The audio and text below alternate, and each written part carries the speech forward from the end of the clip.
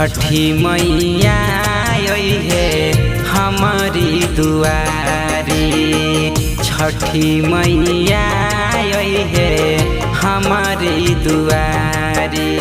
काचे बाँस के बना के बहंगे, काचे बाँस के बना के बहंगे, मैया के करी तैयारी। छठी मैया है हमारी दुआरी। छठी मैया है हमारी दुआरी।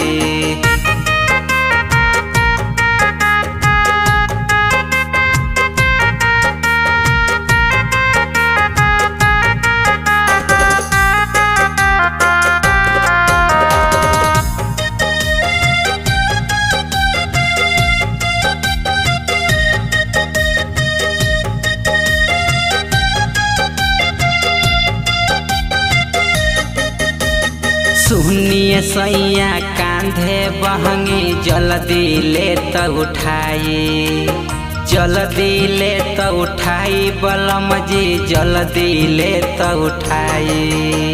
सुनिए सैया कांधे बहंगी, जल्दी ले तो उठाई, जल्दी ले तो उठाई सैया, जल्दी ले तो उठाई। भीड़ लागल बा घाट पे देखो छठी मैया के आई। देर न होखे जल्दी जल्दी, देर न होखे जल्दी जल्दी, तू पगे बढ़ाई। छठी मैया है हमारी दुआरी। छठी मैया है हमारी दुआरी। काचे बाँस के बना के बहंगे, काचे बाँस के बना के बहंगे, मैया के करी तैयारी। छठी मैया है हमारी दुआरी। छठी मैया है हमारी दुआरी।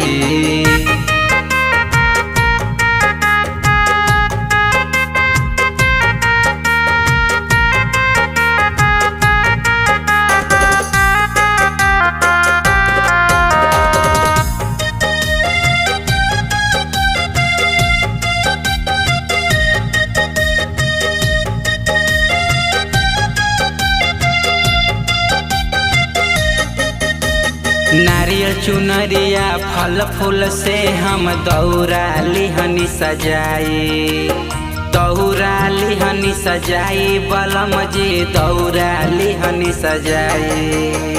नारियल चुनरिया फल फूल से हम दौरा लिहनी सजाई, दौरा लिहनी सजाई सैया, दौरा लिहनी सजाई।